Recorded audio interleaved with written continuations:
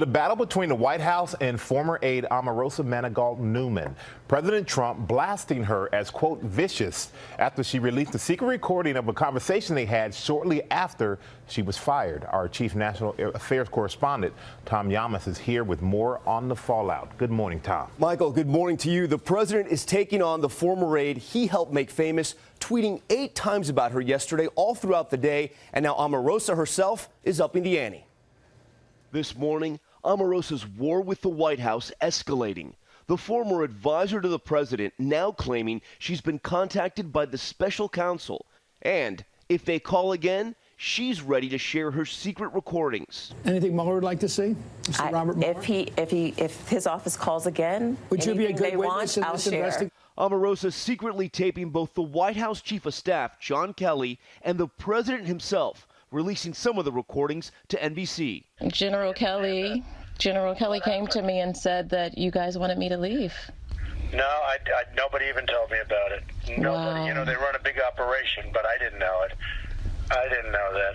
Yeah. God damn it. I don't love you leaving at all. The president unleashing on Twitter, posting in part, wacky Omarosa, who got fired 3 times on The Apprentice, now got fired for the last time. Adding, people in the White House hated her. She was vicious, but not smart. You know, I also write about being a part of what I call the Trump world cult. It's a cult of personality, and I was caught up in it.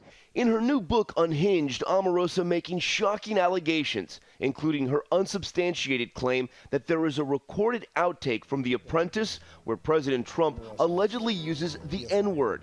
Omarosa now claiming she's heard the tape and is providing new details. I used to be a part of the production staff for The Apprentice, and they took it on themselves to actually document this so that they could actually expose him for the racist that he is. Overnight, the president slamming the allegations, saying on Twitter he spoke with the executive producer of the show. Mark Burnett called to say there are no tapes of The Apprentice where I use such a terrible and disgusting word as attributed by wacky and deranged Omarosa. I don't have that word in my vocabulary and never have. She made it up. In her book, Omarosa even delving into the president's marriage, writing she believes the First Lady is counting every minute until he is out of office and she can divorce him. The First Lady's office responding, Mrs. Trump rarely, if ever, interacted with Omarosa. It's disappointing to her that she's lashing out and retaliating in such a self-serving way, especially after all the opportunities given to her by the president.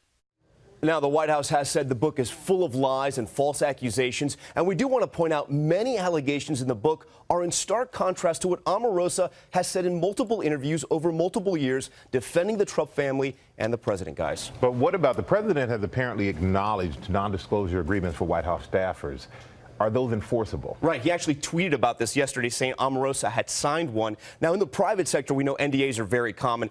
The president used it all the time at Trump.org. But in the private sector, it's a completely different ballgame. Public employees are protected under the First Amendment. So even though these White House aides are signing them, experts say the NDAs have no teeth. Hi, everyone. George Stephanopoulos here. Thanks for checking out the ABC News YouTube channel. If you'd like to get more videos, show highlights, and watch live event coverage, click on the right over here to subscribe to our channel. And don't forget to download the ABC News app for breaking news alerts. Thanks for watching.